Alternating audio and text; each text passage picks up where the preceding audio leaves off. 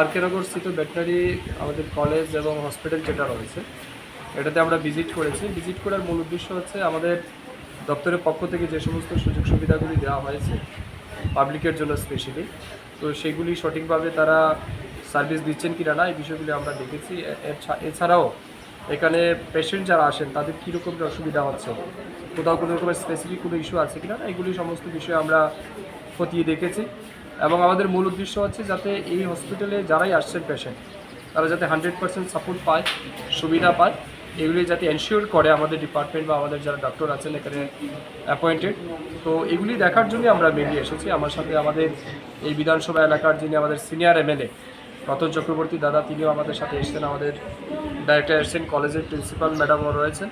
তো আমাদের ভিজিটের মূল উদ্দেশ্য যাতে এই হসপিটালকে ব্যবহার করে অত্র এলাকার যারা প্রাণী পালক আছেন তাদেরকে যাতে সব রকমের সুবিধা এবং চিকিৎসা পরিষেবা আমরা সময়ের মধ্যে দিতে পারি, তার জন্য আমরা এসেছি এবং এগুলি দেখে গেলাম কোথাও যদি কোনো ঘাটতি আছে কি না এগুলি আমরা অনেকগুলি কিছু আমাদের নজরে এসছে।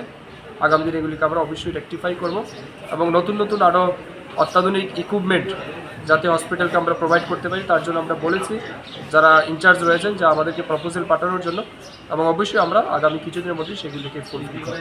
সেরকম কিছু নেই, তবে টুকটাক বিষয় আছে, এগুলিকে আমরা বলেছি তাদেরকে ইমিডিয়েটলি রেকটিফাই করার জন্য। আমার বিশ্বাস এখান থেকে আরও ভালো সার্ভিস এলাকার পাবলিক পাবেন এবং আপনারাও দেখে গেলেন। এবং আমরা অত্যন্ত আনন্দিত যে আমাদের এই হসপিটাল থেকে বিভিন্ন রকমের ফ্যাসিলিটি দিচ্ছেন এবং আমাদের অনেক জুনিয়র ডক্টররা এখানে ট্রেনিং করছেন, তাদের মাধ্যমেও যারা এলাকার প্রাণী পালক আছেন তারাও সার্ভিস পাচ্ছেন।